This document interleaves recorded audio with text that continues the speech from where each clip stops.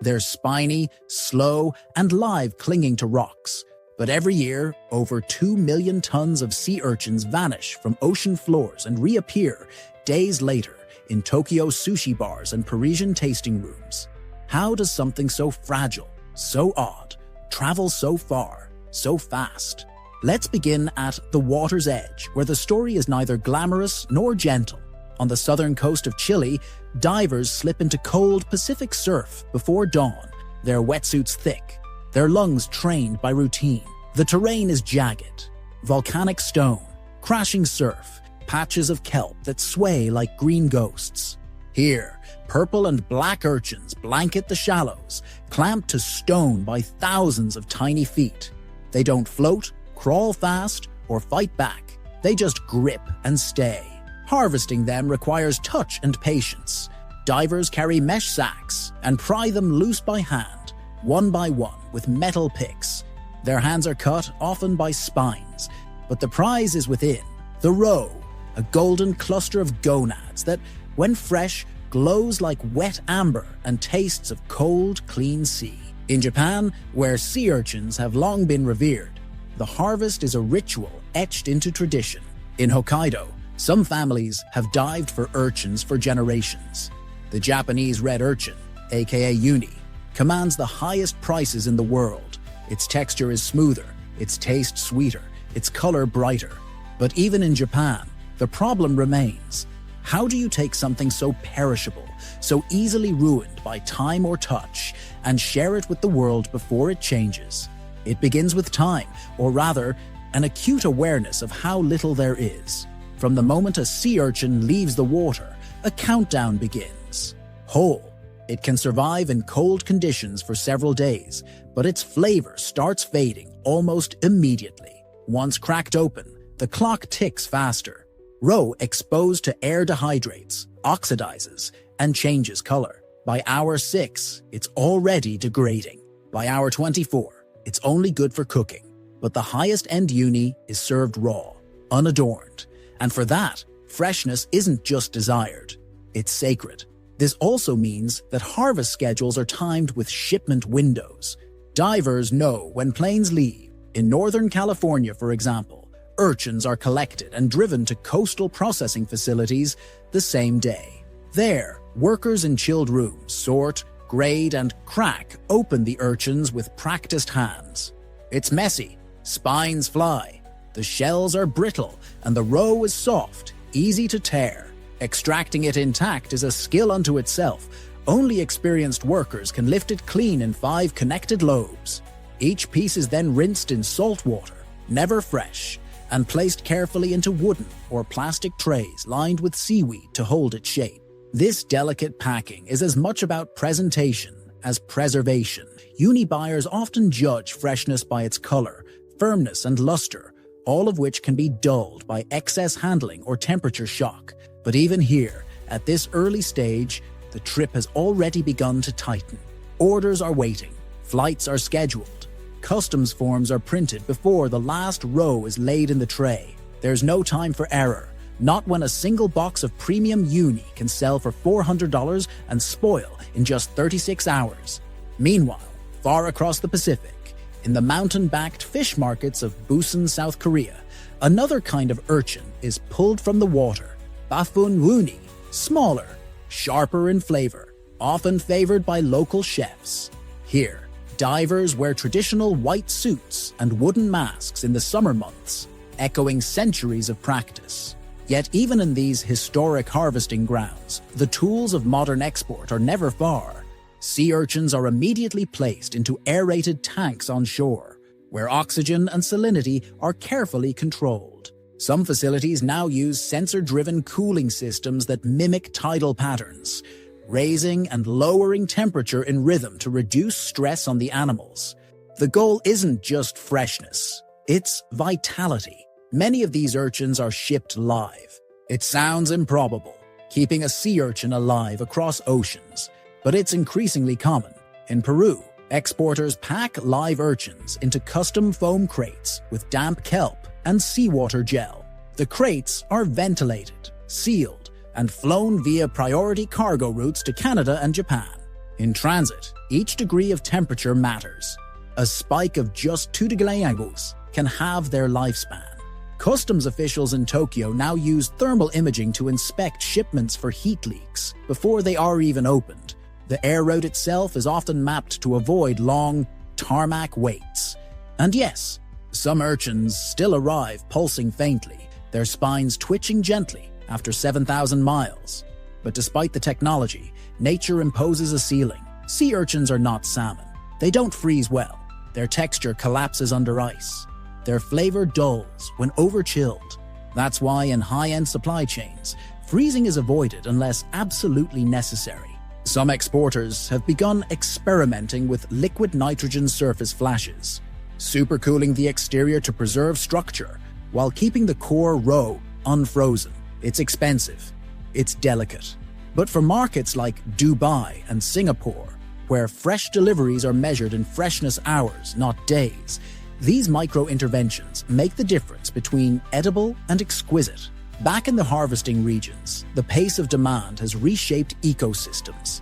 In Tasmania, urchins once played a small role in local fisheries. Now, with Asian demand booming, they've become a key export, especially as invasive urchin populations have overgrazed native kelp forests.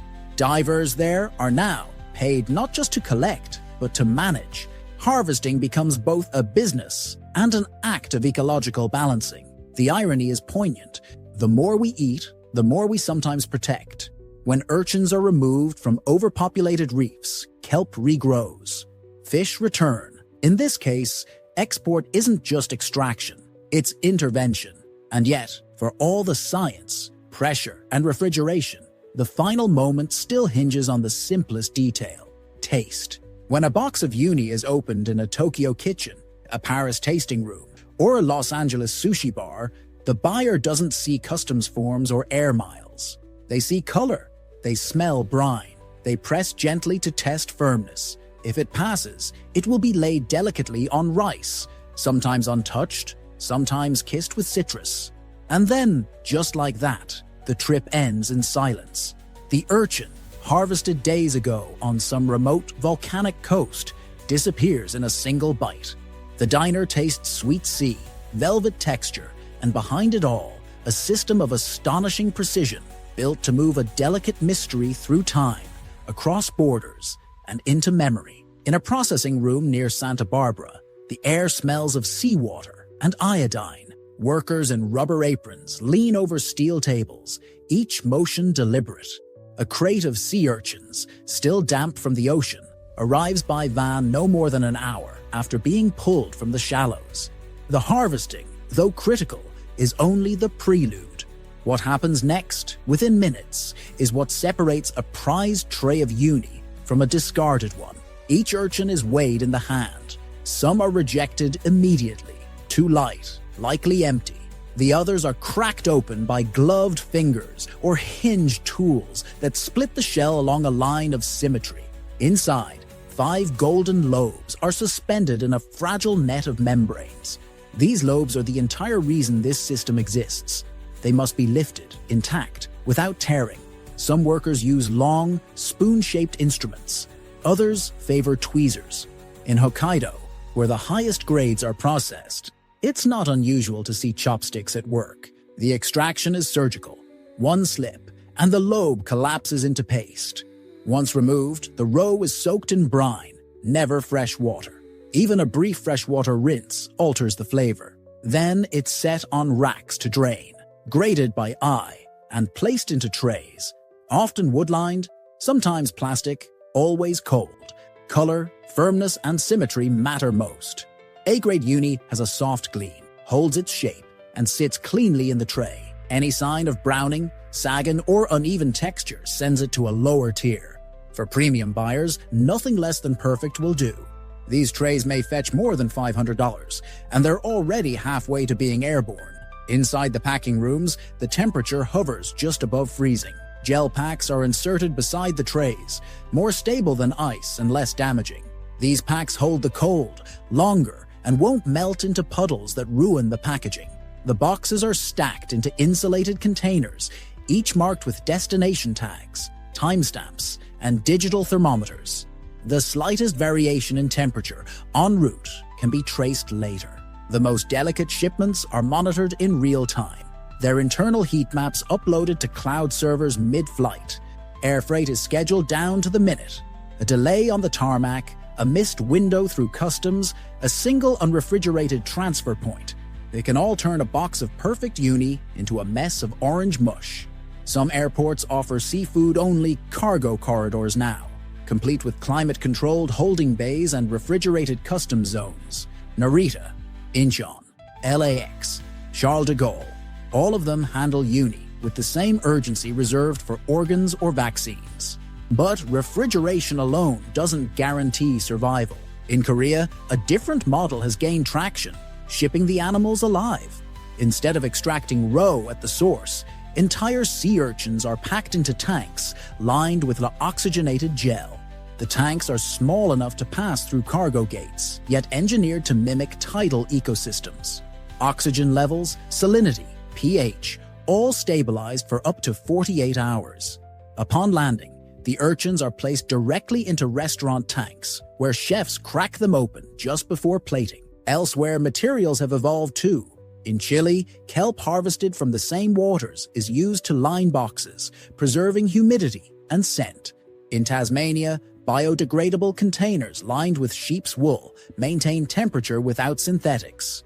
Some use digital QR tags that trace the product's origin, harvest time, and transport conditions, offering instant accountability. Each detail, no matter how small, plays a role in protecting something that's judged not by label, but by taste and appearance. Even inspection is tightly woven into this web. In Tokyo, officers equipped with thermal scanners assess incoming seafood without opening a single crate. If heat maps show a spike, the box is pulled for manual inspection. Otherwise, it clears within minutes.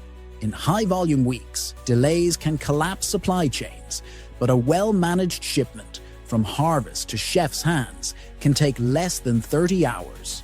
What's remarkable isn't just the speed or the cold, it's the precision. This is not bulk transport, not industrial scale. Each box represents hours of human labor, delicate handling, precise decisions. The end goal is a single sensation, a soft, briny sweetness that lasts only seconds on the tongue, and everything from the way a lobe is lifted to the cooling gel's composition is tuned to protect that fleeting taste. Now, as more producers shift from wild harvest to tank-fed aquaculture, logistics isn't just about preservation, it's beginning to shape flavor itself. Roe, from kelp-fed urchins, tastes cleaner. Those raised in deep, oxygen-rich systems yield firmer textures. Logistics, in this sense, is no longer just the path from coast to plate. It's part of the product. In Tokyo's early market hours, a chef peels back the plastic from a pinewood tray. Inside, sea urchin roe rests in neat rows, gold and gleaming, untouched by air since it left the coast of Hokkaido. He leans in, not to smell, but to see. There's no sagging, no clouded hue. The lobes hold their shape, their sheen. He gives a quiet nod. It will be served raw, with nothing to hide behind. What ends up on that tray often begins in waters far from Japan. In Tasmania, sea urchins are no longer a nuisance. They're a resource. Once considered invasive, they're now carefully harvested to restore kelp forests. Divers move through shallows where overgrazing once stripped the seabed bare, collecting urchins that would otherwise continue their silent destruction.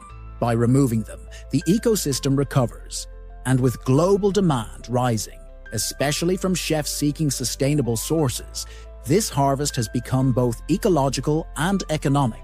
Producers are no longer limited to wild stocks.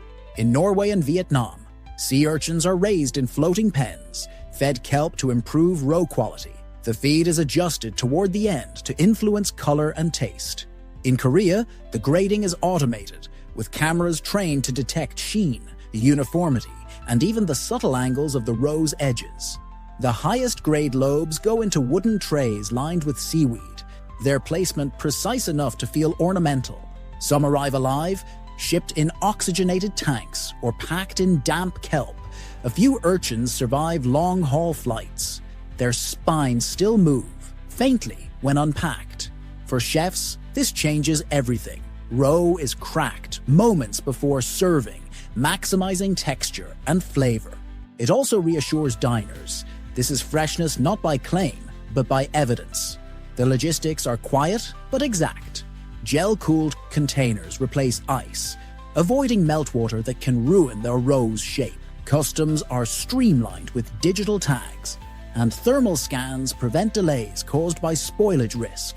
In Tokyo and Paris, shipments clear within minutes. The system, invisible to most, is built around protecting a product that offers no second chance. What arrives on the plate is soft, slightly chilled, briny without bitterness. It disappears in one bite. But behind that taste lies an entire choreography of harvest, care, temperature, and trust.